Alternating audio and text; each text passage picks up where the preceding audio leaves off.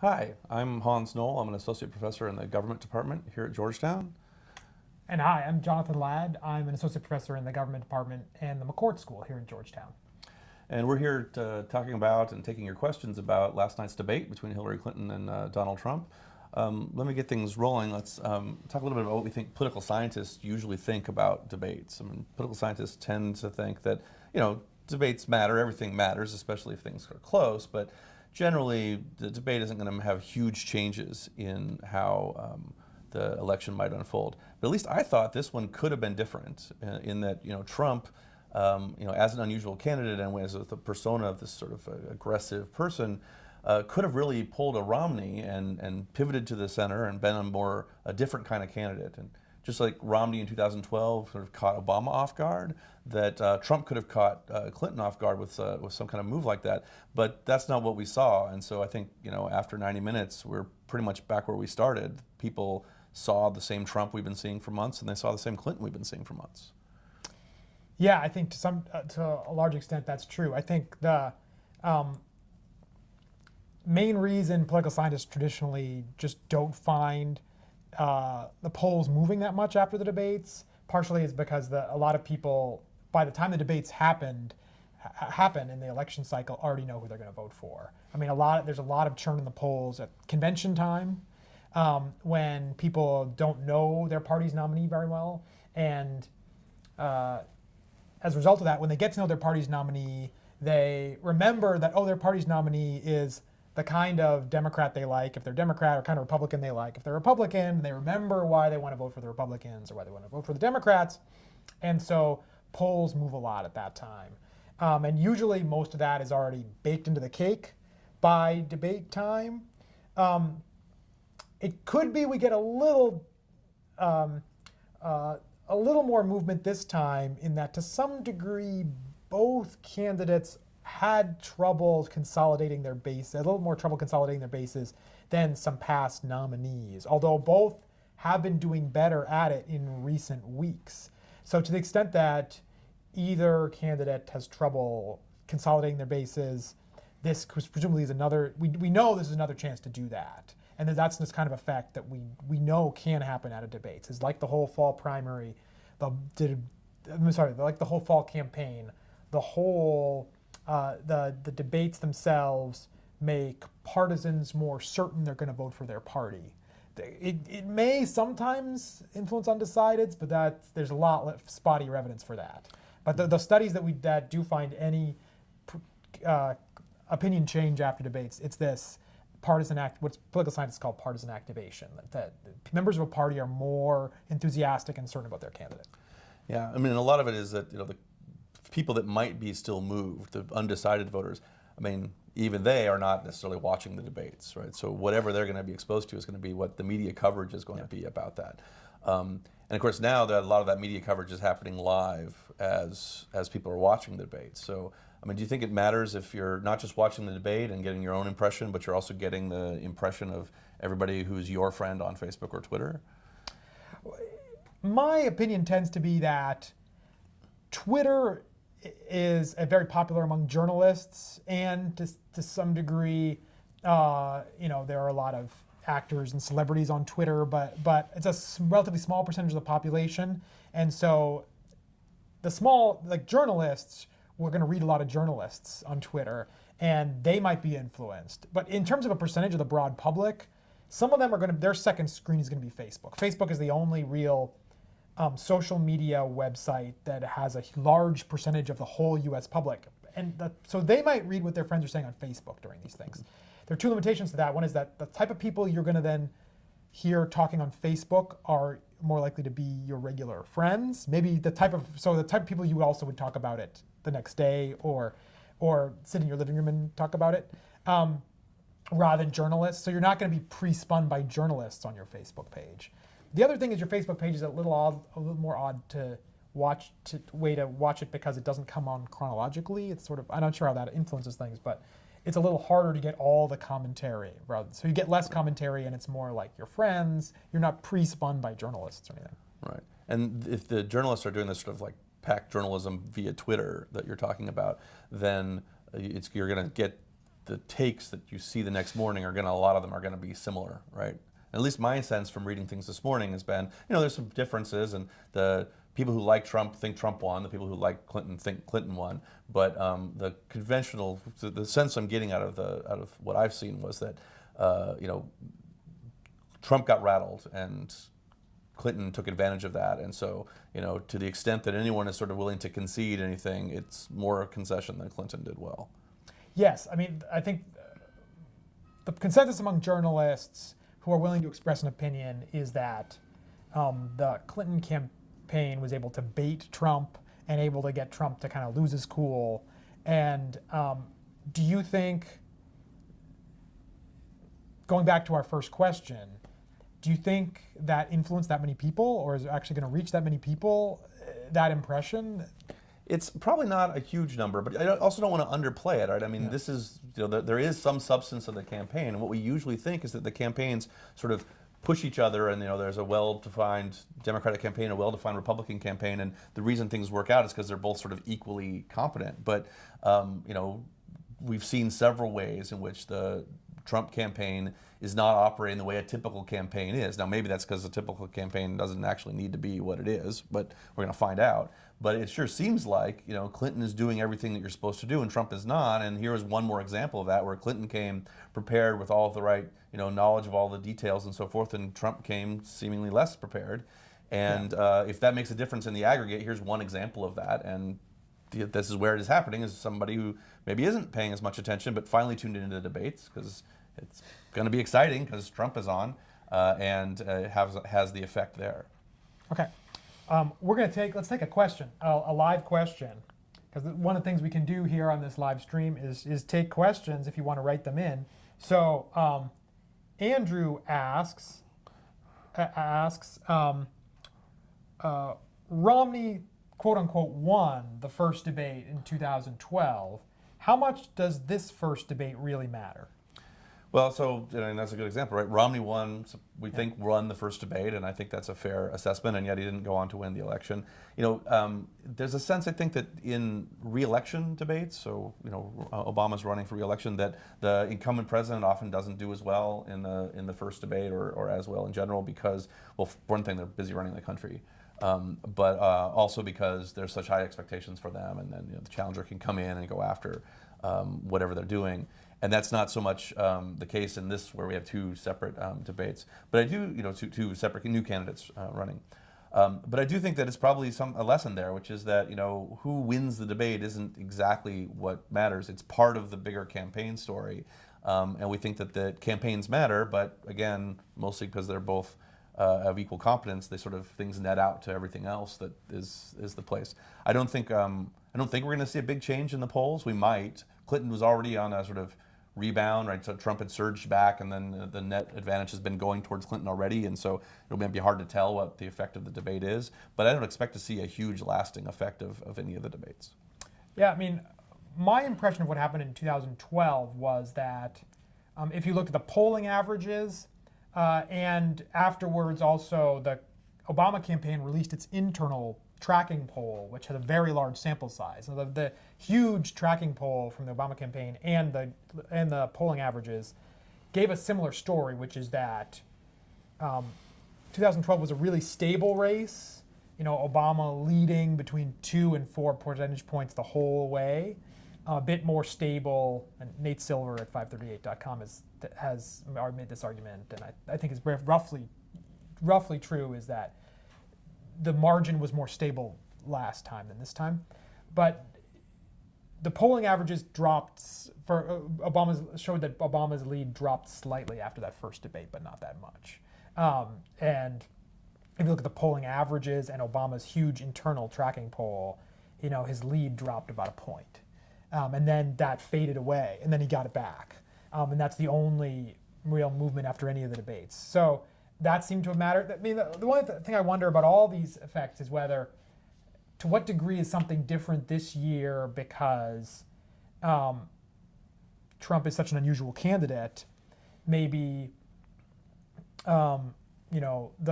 usually we think that the debates don't matter because both campaigns are reasonably competent. Both campaigns are running enough ads and have run a good enough convention and run enough campaigns that pretty much most of their party is already, people willing to, predisposed to vote for them already going to vote for them. So there's not much additional persuadable people. So it's hard to know if things are going to be different this year because Trump has run such an unusual campaign and behaved in, not the worst. He didn't do the worst of any debater ever, but he behaved in an unusual way, Yeah. like he always does. Yeah. All right, let's take some more questions. Bryce writes, how do you think the debate will define or reframe the public discourse regarding the election moving forward? What is your most important takeaway from the debate and why? Okay, so just what's the most important takeaway from the debate? If there's one important thing that happened in the debate, what would we say that is? Well, I mean, what I think is it's that Trump is not going to be somebody different than he's been up until now. I think that's the biggest takeaway. And I think people, we've kind of we keep expecting him to change because candidates are different, and we think, well, he's going to change, and he might change it, at the convention. He might change after the convention. This is sort of like the last point where you'd expect that he could be different. And so I don't think it's that surprising at this point. People have been waiting for him to change for so long, and he hasn't changed. But now he's really not going to change. We have the Trump that we expected at the nomination stage. And then I think similarly, we have the Clinton that we've had for a while, but I don't think people have been expecting her to change. Yeah, I think that's right. I think there clearly was, so Trump clearly didn't spend a ton of time preparing. There was a lot of leaks in advance of the debate that he wasn't preparing much, and it's hard to know how much of that to believe because all campaigns have an incentive to spin that they're poorly prepared or that they're not good at debates. He though clearly was prepared, and he has staff working for him, and including now Roger Ailes was advising him on preparing for the debate. Who, whenever you think of Roger Ailes, he has prepared a lot of more typical Republican candidates to prepare for debates before. He helped prep Ronald Reagan for his 1984 debates. He helped prep George W. Bush for his debates. So one of the things that seemed where it seemed that Trump was trying to behave differently was because he made it so obvious it was clear that he was trying to behave differently, is he had decided to call Hillary Clinton Secretary Clinton because he made a big deal. He made a big deal about how, I'm going to call you Secretary Clinton. You'll enjoy that, or something like that. So he couldn't do something without making it clear it was happening. And then later on, at the very end, he said, "Well, I could have brought up various Clinton scandals or infidelities with your husband, and I didn't." Well, it's kind of, then you did, but then, Right. but see, he mentioned all the things he had intentionally decided not to do, so we know what he was coached not to do and decided not to do, and so that didn't sort of, we didn't get the total full unfiltered Trump, even though he made it clear. Even when you could peek through and see the unfiltered Trump because he told us what he wanted to do. Yeah, I think it's unlikely that he's not going to bring that up at some point between now and the election. Well, he barely got through 90 minutes. He was basically So I think we're going to see. That's going to come up at some point. Yeah. Yes. Okay. Let's take another question. Jenny asks, when I debated in college, we were taught not to look at your opponent. Is that old school? Yeah, when I debated, I did debate in high school, not in college, and I remember this was a different thing.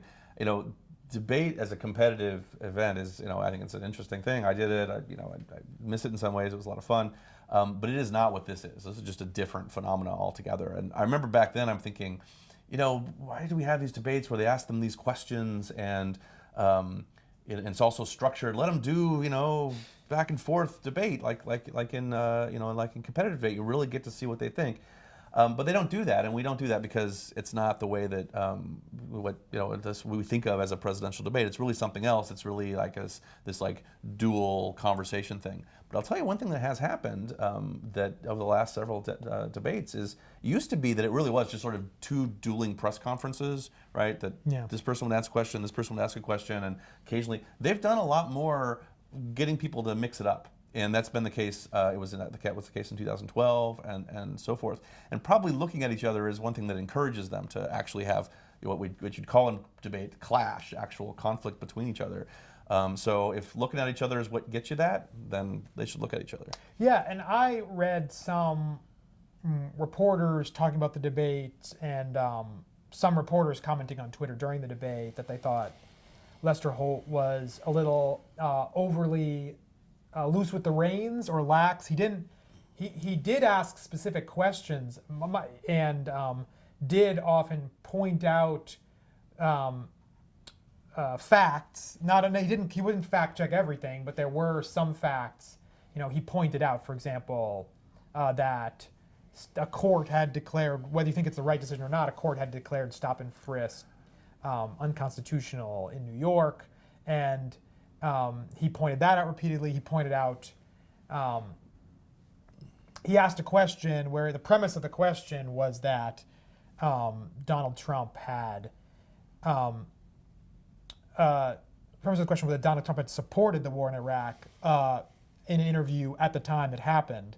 And then, because that was the premise of the question, Donald Trump argued with him for a while about that. But Holt did point out facts, not always, but did. But then what he didn't do was strictly enforce time limits or strictly prevent the candidates from interrupting each other. Right.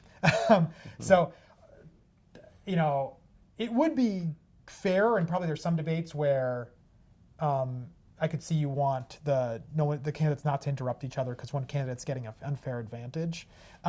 In this particular debate, I think Trump probably got more time and interrupted more. But like you said, the goal here is elections. The goal here is to be more popular. Right. There are a lot of times when Trump was interrupting or Trump went on and on that I think if you're the Clinton campaign, you're happy with just letting him go. That's you're just, right. They're thinking just let him keep digging. And Clinton even at one point said, just her response was, "What did you just hear?" Right. So like at least from their point of view, the things he's saying, the Clinton folks don't think the things that he's saying are helping him, and so let him talk. There's certainly from their several times, not the whole debate, but there were several times they were totally happy with him getting airtime. Someone's totally happy with him interjecting and interrupting because, right, like you said, the contest is not to get as many points in as possible. The goal is to be more popular. Right. Right. Okay, let's take another question. Oh, so Denise asks, do you think Trump would improve or damage his chances if he were to let loose in future one-on-one debates? I suppose he could let loose more than he did. He wasn't as restrained as he might have been, but certainly he was more restrained than we've seen him in other contexts. I don't know. Part of the problem is that type of stuff where he lets loose and he goes after Clinton plays really well with the voters he already has. Yeah. And he needs more voters. Yeah, we could debate, it hasn't happened yet, what would happen if he let loose in a general election debate. I think what is clear from the strategies that the candidates were employing last night is the Clinton campaign thinks they're better off if he lets loose. Yeah.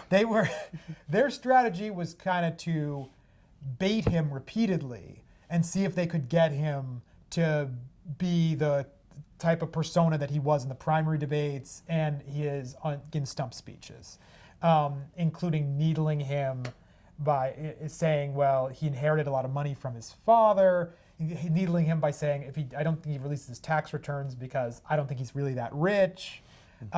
Even just calling him Donald all the time. Right. Which, if is effective at both. I don't know what else she would do because the convention is to call the person by the political office they've held, and he hasn't held one. And I think she probably thinks calling him Mr. Trump is too deferential. So he doesn't really have an option, another viable option. I think she could call him Mr. Trump, and that would be seen as more respectful. I think she's calling him Donald because it gets under his skin, or at least they think it gets under his skin. I think it certainly achieves that, and they're definitely happy to do that because it achieves that. And Trump had decided in advance one of his ways of moderating a little was to call her Secretary Clinton. I'm not sure if it worked. I'm not sure if I think the Clinton campaign probably would think it's actually to their advantage in winning the election if he was, calling her crooked Hillary the whole time or something odd like that. I think that also plays into the Clinton campaign's hands. We'll see what happens in the future debates. Right. Maybe he will change his, maybe his campaign strategists will change their minds. Right. Maybe Trump will change his mind and try to, ignore the advice of campaign strategists. We'll see. Anything's really possible. Okay, another question. Estefania asks, how do you think the low turnout, 27 million Hispanic population will react after the debate? That's a good question. Well, I mean, I think by definition, when you're thinking about low turnout, right, then these are people who, and not all Hispanics don't turn out, obviously, but the preponderance, more Hispanics not turning out. I think Hispanic turnout is actually on the increase over the past past decade or so, if I'm not mistaken. But still, okay. So if a low turnout population probably didn't watch the debate for the most part, right? So the people who watch the debate are the people who are more likely to vote, including among Hispanic voters, right? So Hispanic voters who watch the debate are going to have the same reaction that anybody else does. And I think for the most part, we think people who are watching the debate already have some interest in this, and they probably mostly arrived at a position. I can think of lots of voters and lots of demographics who might be having a hard time deciding between the two candidates. It seems to me that Hispanic voters, because immigration is such an important issue for Trump, probably thought a lot about this and have reached a conclusion already, and however they view it, but. And so the debate itself probably doesn't do much to change those voters that are paying attention. The debate actually didn't get on immigration as much as you might have expected, right? There wasn't a ton of discussion of that issue in this debate, but I expect we'll see it in future debates. Yeah, there wasn't much discussion of immigration, even though it's been a big theme of Trump's campaign. Trump wanted to talk a lot about trade, and he came back to trade, especially in the first half hour.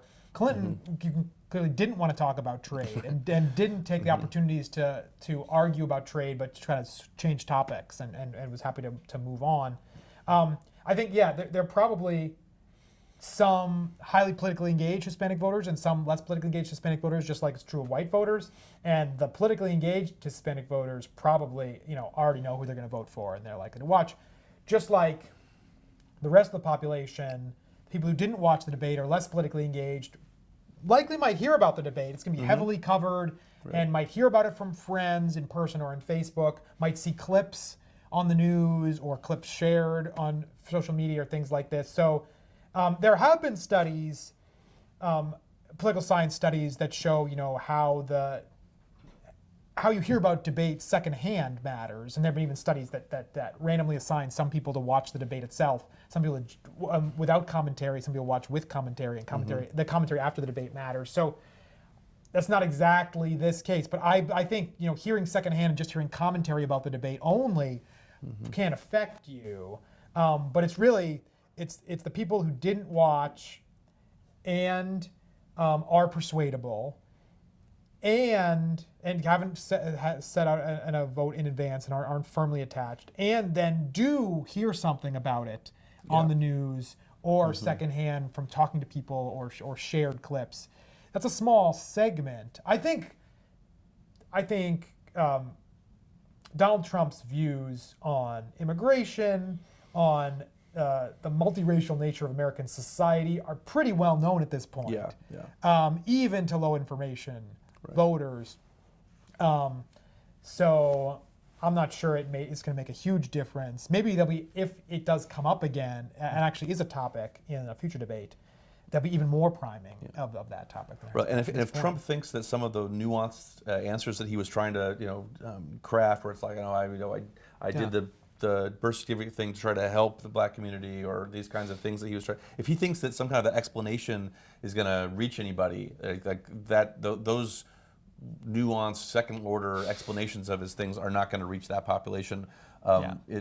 They're really mostly just going to reach the people who watch the debate, and especially the people who watch the debate who are inclined to follow him down that. And the same is true for Clinton and her movement on trade. She thinks that the carefully nuanced explanation of why she had one position and then seems to have a different position and where she really is, again, that's not going to reach most people. The sort of top line on both of those is going to be what was known before the debate, I think. Yeah, I think that's right. We already talked about this a little bit, but there's more we could say. So Tara asks, how do you think Lester Holt did as a moderator? Did he follow through on the agreed upon rules? I felt he sat back and listened more. Yeah, I mean, I think it's objectively true that if you think that Holt was supposed to keep people from applauding, make sure that only one person is talking at a time, and and all that sort of thing, that that he let that slide a bit. It's a lot to ask, right? I mean, part of the way this works usually is there's some norms where when the moderator asks someone to stop talking, they stop talking, and those norms I think have been eroding for a while, and it's not just Trump and Clinton, but they've been eroding for a while.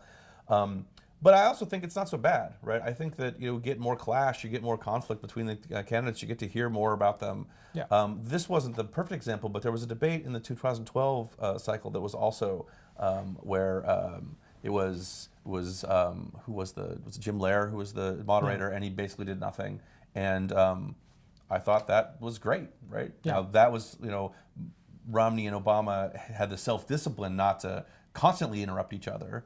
And that was a little bit less the case last night. But I'd much rather hear them talking to each other than this sort of stilted 30 seconds and then a different stilted 30 seconds. Yeah, I agree with you. My only additional take on this is that I think a more freewheeling discussion between the candidates is actually great. I agree. Rather than a strict enforcement of the time limits, rather than a strict limitation on interrupting. I think when they go back and forth within reason, oftentimes it's actually informative. Like everyone doesn't always get the same amount of time, but we learn something. The one thing I would add though is that I don't think it's a good norm to have the audience make noise. And I think the audience was louder last night than they have been in general election debates for a while. And this is a norm that's changed over time. So it in the 84 and 88 debate, I know, and possibly earlier than that, the audiences yelled out and cheered often, very frequently. And it often was disruptive, and you get the downward spiral where if one side is cheering their candidate, then the other side supporters think, well, we can't let that go unanswered. Right. We have to cheer.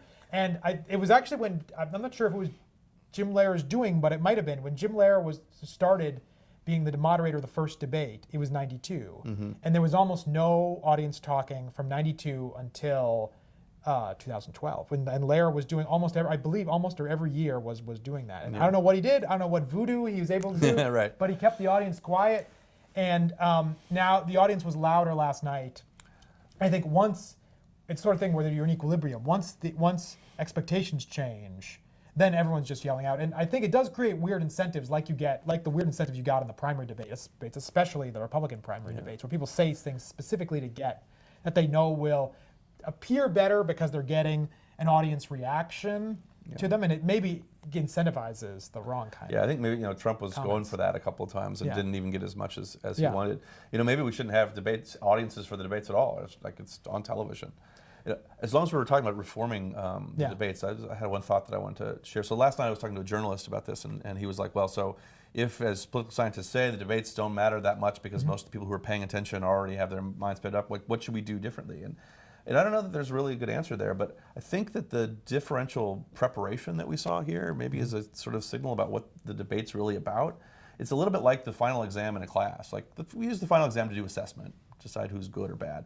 But the real purpose of the final exam is to incentivize you, students, to study, right? To learn the material and get ready. Because doing a debate, that is not something that a president has to do. That's not a skill that presidents have.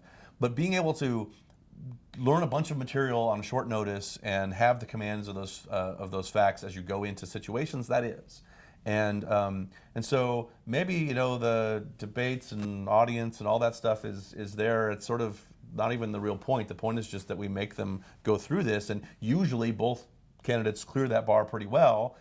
If it's the case, as I think a lot of people are interpreting, that Trump's lack of preparation was shown, then maybe this will incentivize him to prepare more for the next debate. And again, whether there's audience participation or whatever else isn't even the issue. It's just getting people to be incentivized to pay attention and prepare. And that's probably a good way of evaluating candidates, as you mentioned, because there are a lot of situations in the job where you have to learn about a new topic or learn a new situation fairly quickly, and you need to study, and you want someone with the ability and the discipline to be able to do that. And so in that case, it's a good criteria for judging people. We have one last question. and then unfortunately, we're going to be out of time. But the last question is from Sheila.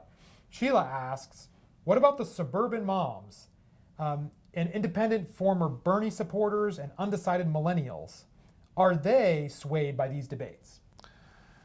Well, I think it's sort of like three very different categories Yeah. of people there. I mean, some of those folks, to the extent that you're undecided, are maybe less engaged already, right? And so probably not that population we don't think is watching the debates very much, although they might be getting second and third hand messages and seeing it on social media and so forth. Whereas somebody like a former Bernie supporter who is so committed to having been a former Bernie supporter that that's still something that they're thinking about. That's somebody who's really engaged in politics and paying a lot of attention, and maybe they're frustrated. And I think what may happen there is maybe up until now people are thinking, well, maybe I'll vote third party or something. I can't bring myself to vote Trump because I'm on the left, but Clinton is dissatisfying. And now to see the two of them face off and like to see that choice. And see that there is a choice, if that's how they view it, might heighten that sense that this is the choice, and so we should think about one of these two people, and therefore, presumably, if they're on the left, that they would choose Clinton. Similarly, if you've got some sort of undecided millennial voter that is also well engaged and is coming at it from the other direction, they might also decide, I'm going to vote Trump, not vote Johnson or McMullen or somebody. Yeah, and I think the only thing I'd highlight is the question about quote unquote suburban moms. I think that one thing we have found in terms of demographic changes or demographic churns during this election versus previous elections, right, is that educated white voters are more pro-democratic. So college-educated white voters are more pro-democratic than they have been in past. Less college-educated, whites without a college education are more pro-Trump than they have been for past Republican candidates, and that trend is particularly stark among college-educated white women, where the difference between Romney and Trump is particularly large, and we've seen a gender gap, especially among college-educated voters, that's bigger than we've seen in the past. So. To the extent that it matters, and these effects, we're talking about small effects. This is why I can see why the Clinton campaign, I think, had to be pretty happy about the last half hour when they were able to get in her listing of all the sexist things Trump had said over his life. Clearly, they had prepared that, and they were hoping they were getting an opportunity to do that, and they got it close to the end when Trump was kind of flustered. By the end, Trump was kind of flustered and didn't have good responses to a lot of the questions. He was best at the beginning and got progressively more flustered and less able to respond as the 90 minutes went on.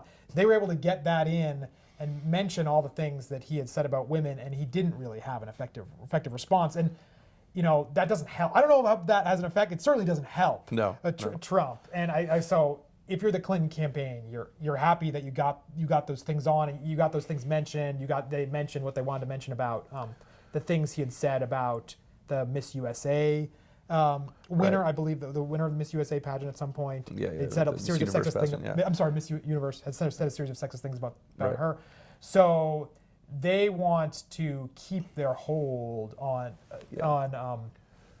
college-educated women, basically, because they are a lot of them they're winning are independents, maybe independent-leaning Republicans because they voted Republicans in the past. So they are gettable in terms of their party ID, and this is the best outcome for the debate in terms of things coming up that will help them try to hold on to them if they can. Yeah, we haven't said much until just now when you were discussing it about the sort of gender politics of the debate, and yet I think for a lot of people that's the whole thing that they saw was about gender politics. Even before she listed off those items, his interrupting her, his tone, and very much plays into a story about this as a gendered election. And so if to the extent that suburban moms are thinking about things in that way, the whole debate went the way that Clinton would have liked it to, and highlighted that particular dynamic, and then that would push those voters in that direction.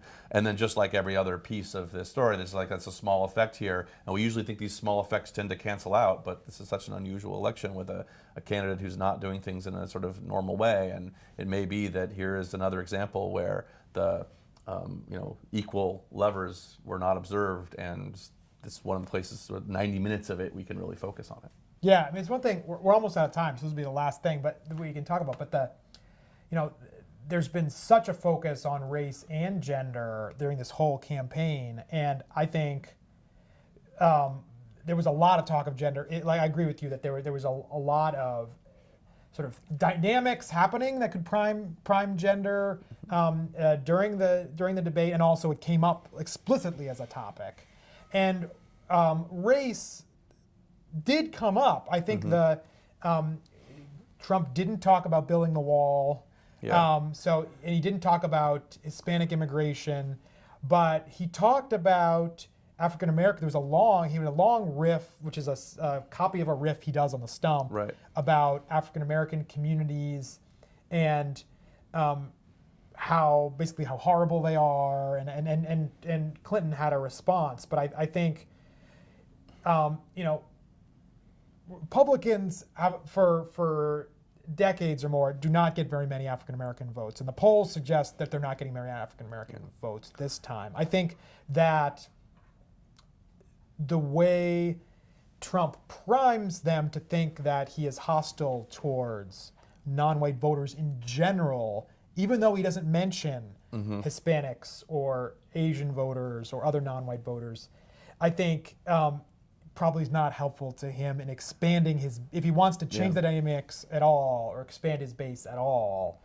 If he appears to be the same old Donald Trump, which in the sense of making kind of negative comments about all non-white voters and citizens generally, then that, I'm not sure if it changes the race, but it leaves the race pretty much as it has been. And in people's impression of Donald Trump is pretty much the same as it has been.